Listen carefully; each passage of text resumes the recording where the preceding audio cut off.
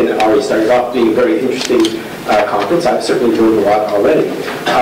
Today, obviously, I'm going to talk about this particular issue, China-U.S. global rebalancing. When I was invited, I stressed that I'm not a China expert, so the things I'm going to be talking about are from the perspective of a person who looks in international finance or open economy macro, and also from the perspective of policymakers, both U.S. and in international organizations who work on this particular issue. So any detailed questions about China, I'm going to have to defer to some real experts. So this is the outline. I'm going to talk briefly in the 15 minutes allocated to me about the general issue, where China's current account fits in there. Then a discussion slightly about the U.S. and China relationship along this dimension, and then talking about what will happen in China or could happen in China that might affect the relationship of China's current account to the world. Okay, so let me first place into context a well-known picture. At least it's well-known to those of us who work in this issue of imbalances. What is this? This is a graph that shows the shares of current account, roughly trade, imbalances of various regions in the world. And for our purposes, all you need to know are a couple things. First of all, that the imbalances rise throughout the 2000s. On south of zero are deficits, above zero are surpluses. Who's running the deficit? The United States, blue, okay? The dark blue, I should say. So throughout the 2000s, we see deficits rising. At the share of world GDP. That's what these things are, percent of world GDP. Who's running a surplus? Well, actually a lot of people are running surpluses. The Germans and the Japanese, that's the orange. Also oil exporters. But for our purposes, what's of interest is this salmon-colored block, which is China plus emerging Asia. And so one of the things that you notice throughout the 2000s is a rising or increase in this imbalance in the world between those countries that are exporting a lot more than they're importing and those that are importing a lot more than they're exporting. On one side is the U.S. On the other side is China and oil exports, briefly put. Now, what we've had since 2008 is a contraction of these imbalances, but it's unclear whether that contraction and that sort of, well, first of all, we don't know if it's going to persist. These are forecasts from the IMF. Secondly, we don't know if they should shrink even more. And so what I want to lay out today is a discussion of why it's an important issue and what are the prospects for change and evolution over time. Let me just say one reason why you might not think that this shrinkage is sufficient is to think about what it means to have an imbalance of this type. So for the U.S., what this means is we're importing more than we're exporting. And you might say, well, that's kind of good. You're getting something for nothing. But of course, you've got to borrow in order to do that. In the wake of the Great Recession of 2009, 2010, something else is in the mix. And what's in the mix is that we in the U.S. would like to have more employment. How can we get more employment? You can get more employment by having your factories working more full-time. How could that happen? That could happen if you could export more. But along the way, what that implies is a smaller current account deficit. On the other hand, we have other countries, including China and so forth, who at the same time would like to maintain employment. They would like to export to the rest of the world. And so it's true that in the U.S. we'd like to reallocate aggregate demand to the U.S., but if that's going to happen, to a certain extent, it's got to be reallocated from the rest of the world. And that is one of the great conflicts that's occurring in the international economy now. So what looks like a really abstract diagram is in some ways summarizing also the fact that we've got to have an adjustment of these imbalances in the world economy. Preferably, we'd like to have more employment, faster employment growth in the advanced economies that are in the doldrums, and less so in the emerging market economies. And the fact that Japan yesterday was embarking upon an expansionary monetary policy is part of that attempt to reallocate aggregate demand away from one group of countries towards themselves, in this case. We'll see if that works. Okay. So what's the story for China's current account balance in particular? Well, this is kind of interesting. You can see that from the early 2000s it was rising. This is the black line, that's the current account balance, as a share of GDP. And it hits a peak in around 2007, and that's sort of the peak when you hear all these calls for imposing sanctions upon China because it's, for various reasons, including assertions of unfair competition. And what's interesting is it's been shrinking since then, partly because the world economy slowed down a lot, but partly because of other reasons, and it's gone, towards 2012, it's actually gone below 3%. Okay, more rapidly than lots of analysts would have thought. Okay. In dollar terms, so not as a share of Chinese GDP, but in dollar terms, the trade balance, which is the biggest component of the current account, has stabilized.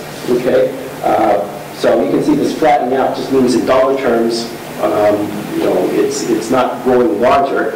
On the other hand, in dollar terms, it's also not shrinking. Interesting side point from this graph is you notice that this trade balance is the difference between exports and imports. It's kind of interesting to remember what is it that China is exporting. It's exporting, this is red line, machinery and mechanical appliances, so manufactured items. What is it importing? It's importing, this is the balance on mineral products, it's importing a lot of commodities. So this is a point where you might say that the fact that the trade balance is not increasing hides a lot of stuff. If China is exporting more and more manufactured goods, well, who's competing with in terms of these markets? It's competing with other advanced economies to a certain extent, not fully, not head-on-head, but it's head-to-head. But it is part of the reason why there's so much friction with other advanced economies. It's what is it that China is exporting to the rest of the world? Okay. With the slowdown in the increases in the trade balance and the current account, what's also true is another thing that has had a big impact on the world economy has also stabilized. What is this? This is a plot of China's foreign exchange reserves. It's in billions of dollars right up here. So when you see $3,000 billion, what is that? That's $3 trillion of foreign exchange reserves for a country which is roughly 1/4 of the size of the U.S. So let's round it off. I'm guessing here it's like 4 trillion. So it's an enormous amount of reserves for a country of its size. Okay, that has tailed off in recent years. This data only goes up through the middle of 2012, but you'd see a similar pattern going forward. Okay, is that good? Is it bad? It's a complicated question to answer. I would say that to the extent that China is not buying lots of foreign securities anymore, then the sort of capital flow that's going to the advanced economies is slowing down. And if you thought that that was stressing out the financial systems of the West, it's a good thing. From the perspective of the United States and other countries that borrow on that, what this means is that you don't have as ready a financier as you would have before. Remember, essentially, when China's buying U.S. Treasury securities, which is probably about U.S. Treasury securities and other U.S. government assets, about 60% of what it holds in foreign exchange reserves, that was essentially keeping up the price of Treasury securities and keeping interest rates low for Treasury securities, i.e. keeping interest rates low for the U.S. to borrow, the U.S. government. And so I think from one side perspective, this is a good thing, and I say it's probably a good thing for the world economy. From the perspective of the government borrowing and the rates at which it must borrow, this is probably not an unalloyed good. Now, why have these things occurred? And I'll just say one part of it is this picture, is summarized in this picture. What is it? Blue line is the Chinese yuan US dollar exchange rate. And going up is an appreciation of the yuan and a depreciation of the dollar against the yuan. Okay, that's the blue line and that's the left axis. And so you can see that it's been going up since the middle of 2005. When the exchange rate regime was reformed. Essentially, it's not a free float for sure, because every now and then it just stops cold and goes flat. Okay, so what's happened is China in 2005, under some pressure from the U.S. and other advanced economies, allowed its currency to appreciate, and then it stopped it during the financial crisis and the Great Recession. But then, since about mid-2010, has allowed it to resume appreciating. Okay. So that has mollified a lot of the critics in the United States against China's exchange rate policy. That's important, but in terms of macroeconomics, what's really important is China's exchange rate relative to the rest of the world. And that's the red line. You look at the right axis, up means the appreciation of the Chinese yuan after adjusting for inflation against the whole broad basket of currencies. And what you can see is that from 2005 onwards, you have essentially had a pretty consistent upward trend that is an appreciation of the yuan. There's a little blip here. This occurs because the dollar appreciates during the financial crisis, and that drags along the yuan, which is pegged against the dollar during that period. But other than that, pretty much the government of China has allowed the yuan to appreciate, and you can read it as roughly 80 to 110. What's that? 30 on 80 is a pretty substantial appreciation, something like 45%. Okay, so I mean that has done what? That has made imports cheaper, relatively speaking, to Chinese firms and households, and has done what? Made their goods slightly more expensive to foreigners. You have to add a caveat in there. Along this time period, there's also rapid productivity growth in China, especially in the manufacturing sector, so that's sort of offsetting this appreciation. So if I were to adjust for the productivity gains, this decrease in cost competitiveness of China would be less marked.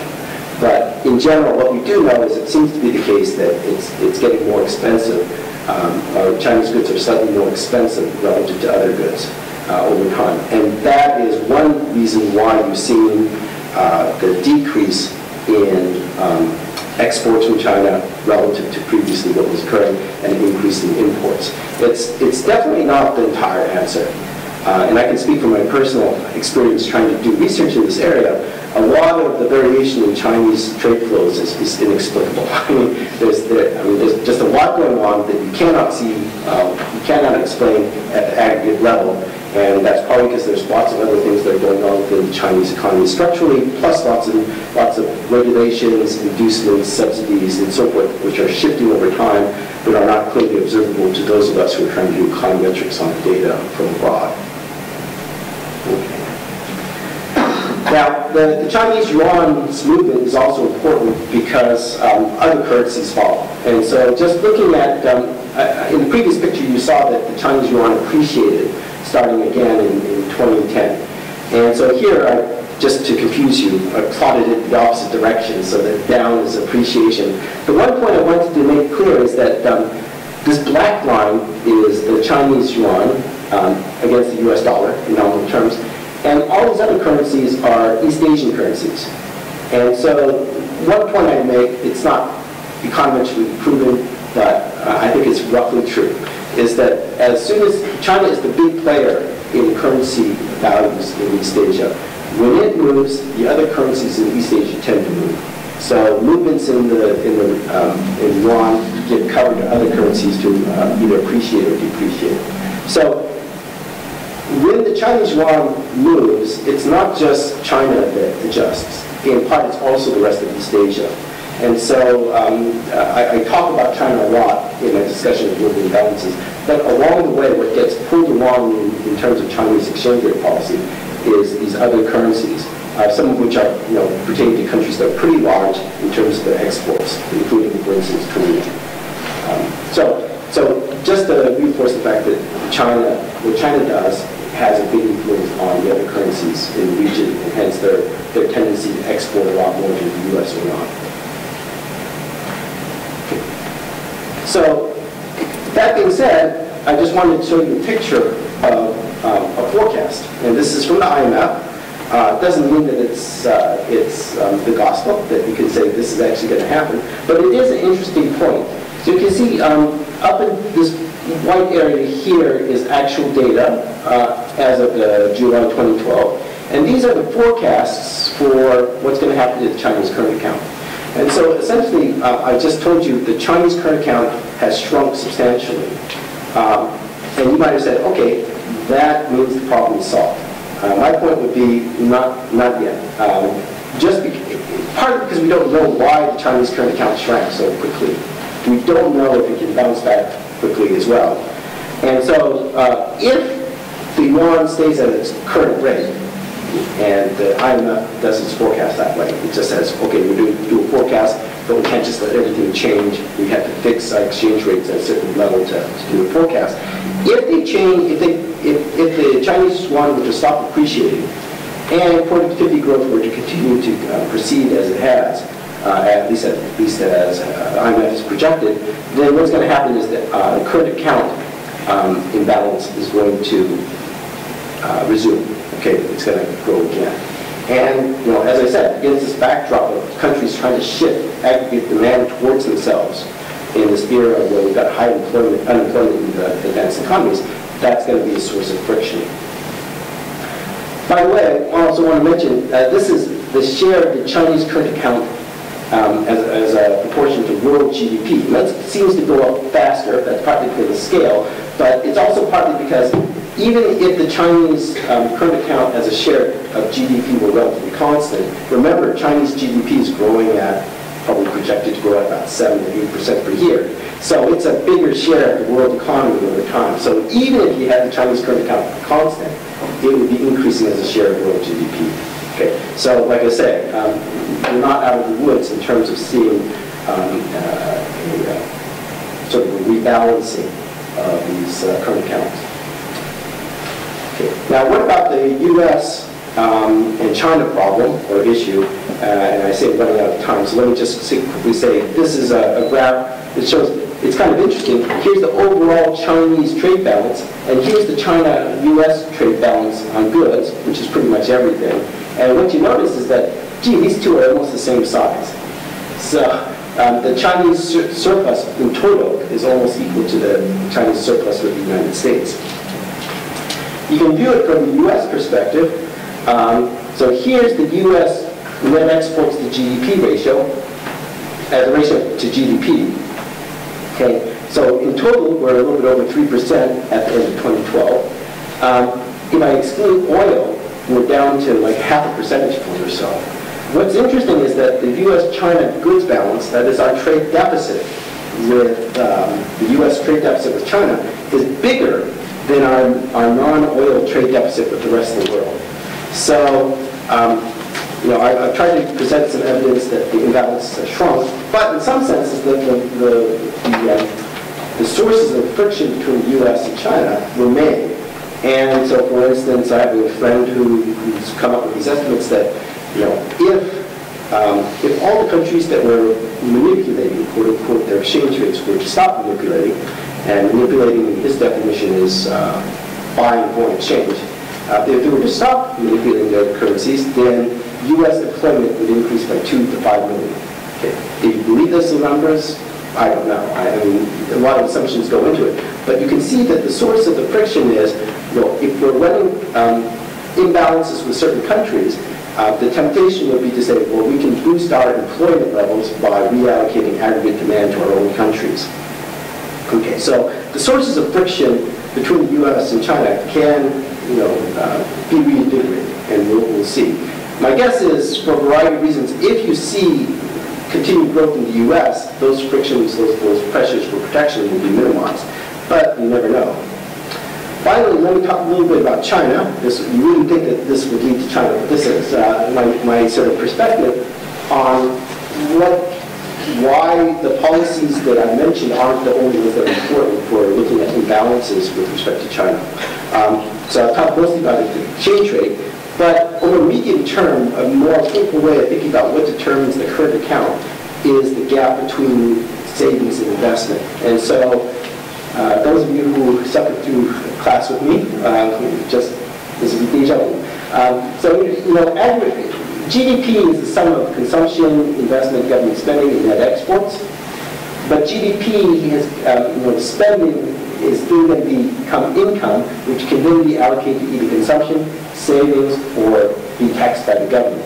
Okay, those are identities. And you put those two things together, you manipulate them, and you come up with this statement here, that net exports, which are pretty close to the current account, is, by definition, equal to the sum of the saving minus investment gap in the private sector and the government's budget balance. Okay? And so at one level, you could sort of think about the current account as being determined by the savings and investment behavior in that country. So take China. China, what's the characteristics of China? It's got high investment, but even higher savings from both the government and the private sector. And yet, the mirror image of that is that consumption is unnaturally low. So thinking about it from that perspective of the medium term, you're going to have a current account, okay? And a big current account surplus, the bigger this gap between national savings and investment. Let me just give you an even more in-depth picture about consumption, how low it's gone. And you can see it plunged during the 2000s, which is exactly the time period at which we saw the current account imbalance grow.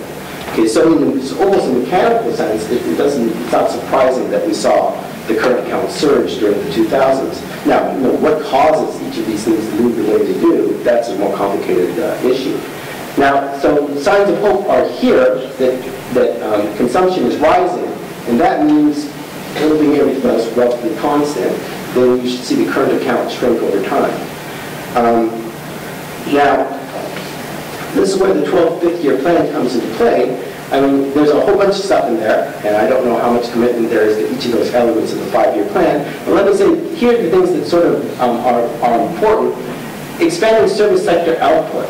Okay, why is that important? Presumably, service sector output is going to be more labor-intensive, which means that we will do more returns to workers to labor income than, let's say, the capital or the foreign capital. And so if there's more labor income, presumably consumption will rise. So it's an attempt, among other things, there are many other reasons to do that, but it's an attempt to make sure that the consumption share of GDP continues to rise. This thing here, many reasons for doing it, but that's investment.